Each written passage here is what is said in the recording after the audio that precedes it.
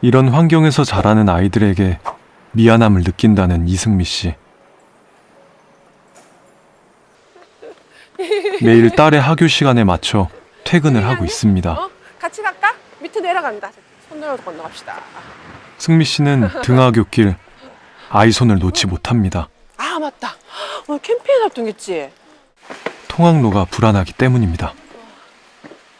아찔하게 이어지는 계단을 오가야 하는 통학길. 청소했나 보다. 깨끗하네. 걱정되는 건 이뿐만이 아닙니다. 유진아 여기도 빈집이야. 맞지? 헉, 유리창도 깨지고 그치? 학교 근처 통학로에 빈집들입니다.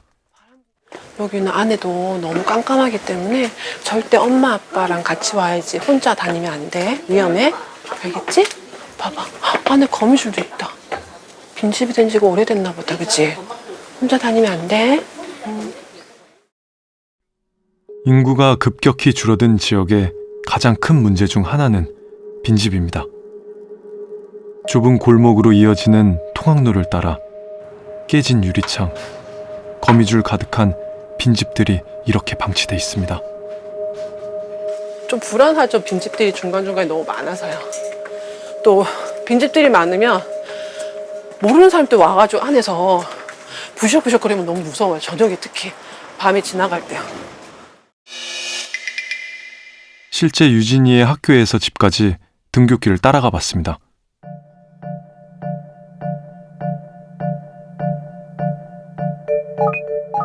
표시된 집들이 모두 빈집들입니다. 과연 얼마나 많은 빈집들이 있을까? 제작진은 부산의 지역 언론과 함께 초등학교 반경 1km 내 빈집 실태를 조사했습니다. 이 빼곡한 동그라미가 모두 빈집입니다. 그 수만 해도 150곳이나 됩니다. 다른 지역도 상황은 크게 다르지 않습니다. 오남매 다둥이의 엄마 김정미 씨.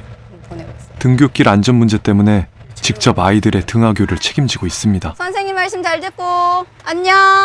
주변에서 다 이렇게 지나가거든요. 이쪽으로. 통학로 안전 문제로 여러 번 민원도 넣었지만 그때마다 크게 바뀐 건 없었습니다. 아니 낮에도 이런데 밤에는 더 할 거 아니에요. 늘 차를 타고 지나치던 등굣길. 직접 눈으로 확인하니 더욱 걱정이 앞섭니다.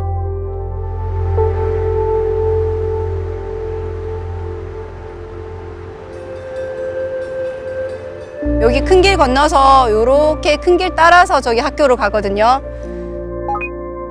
학교에서 길 하나만 건너면 바로 도로를 따라 빈집들이 이어지는 동네.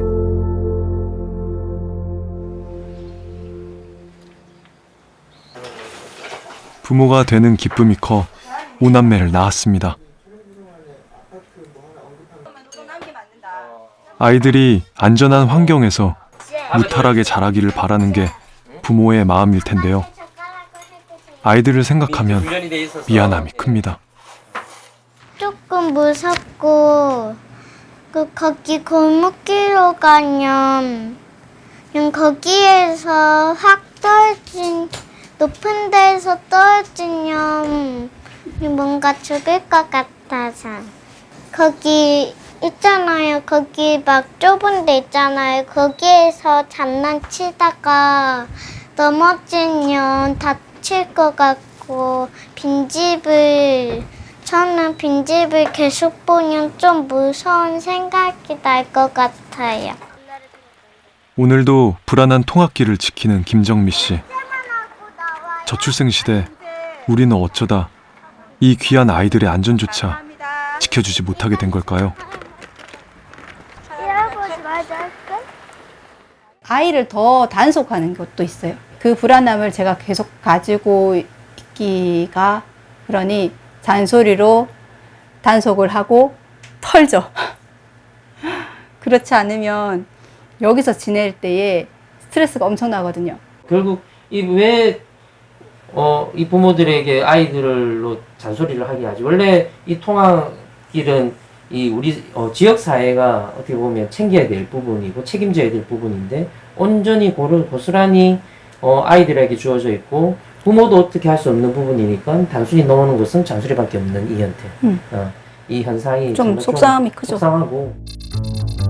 그동안 수많은 출산 지원 정책에도 불구하고 왜 아이 키우기는 더 힘들어진 걸까요? 지방자치단체의 출산 지원 정책을 들여다봤습니다. 지금 이 그림을 보시면요. 지방자치단체의 출산 지원 정책이 주로 현금 지원 정책이라는 걸 우리가 알 수 있죠.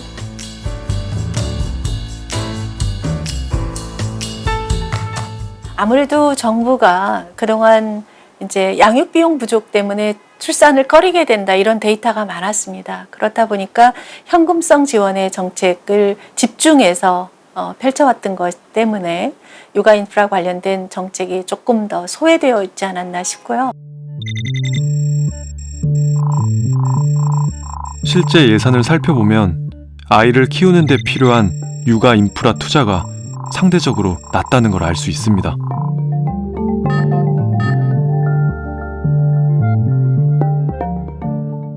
그 지역이 소멸되지 않으려면 아동에 대한 인프라, 아동에 대한 투자를 해라 이런 말을 지속적으로 해야 한다. 저출산 걱정은 하고 있지만 각 지자체에서 표나는 티가 나는 그런 지원 정책에 집중하지 말고 실제로 아이를 낳고 키우면서 살고 싶은 도시가 될 수 있도록, 지역이 될 수 있도록 하는 정책을 해주셨으면 좋겠다. 한 달 뒤 출산을 앞두고 있는 오다영 씨.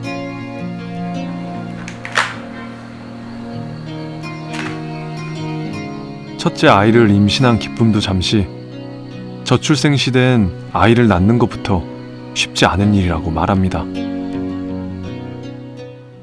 네, 여보세요. 그 혹시 분만 병원 찾고 있는데 혹시 분만 가능할까요? 혹시 언제 분만 가능하세요? 언제 하시는 거예요, 예정일이? 올해 지금 분만 예정이에요. 올해요? 네. 저희가 한 6월쯤이나 7월쯤에 상가가 사라져가지고.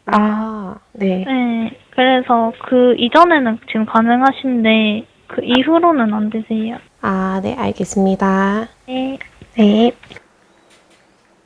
이제 분만 병원을 결정해야 하는 시기. 하지만 염두에 뒀던 병원이 갑자기 분만 업무를 하지 않는다는 겁니다. 조금 참담해요. 이게 방금 제가 검색하고 한 건데 기장에는 또 병원이 하나밖에 없다더라고요. 근데 이게 기장뿐만이 아니거든요. 지역마다 병원이 많이 몰려있는 곳도 있고 사람이 좀 많은 곳은 많고 없는 곳은 영도처럼 아예 없는 곳도 있어요.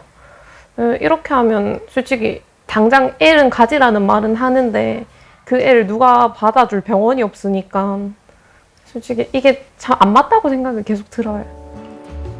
오늘은 산부인과 정기 검진이 있는 날입니다.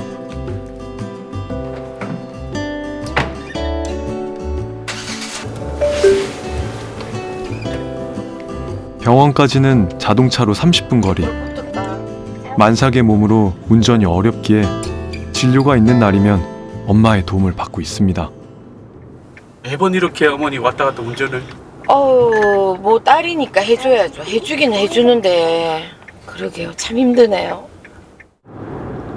동네 가까이에는 현재 분만 가능한 병원이 하나도 없습니다. 이렇게 다른 지역으로 원정 진료를 다닐 수밖에 없습니다. 병원을 지금 이렇게 다니시는 거예요? 그죠. 이제 만삭 되면 또 매주 가야 되는데 이제 이 거리를 매주 간다 생각하니까 막막하네요. 사실 지금은 애기 지금 태어나는 것도 사실 조금 무서워요. 목적지에 도착했습니다. 길 안내를 종료합니다. 인구 소멸 위기라고 제발 아이를 낳으라고 하는 세상에서 이렇게 아이 낳기가 힘들 줄은 몰랐습니다.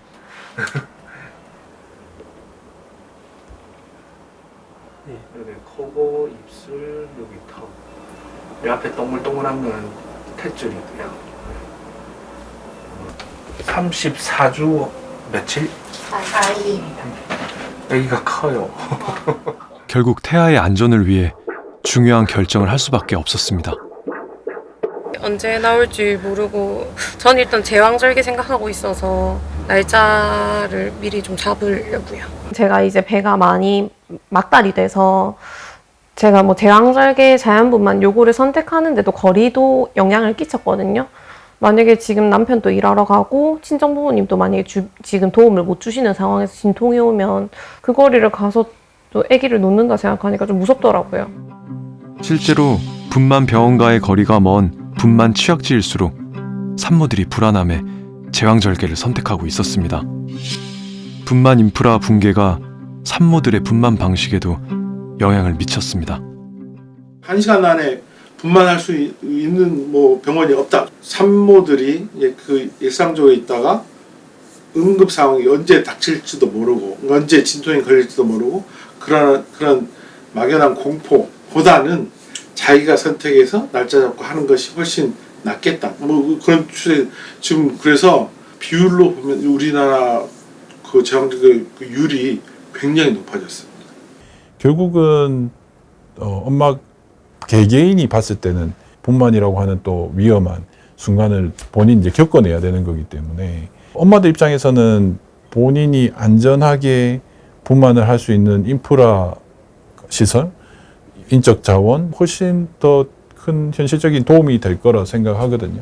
분만을 수십 년간 했던 병원들이 자꾸 분만 병원을 접고 있기 때문에 그런 걸 보면서 엄마들이 지금 우리 환경, 사회 환경이 안전한 분만을 할 수 있는 여건이 되는지는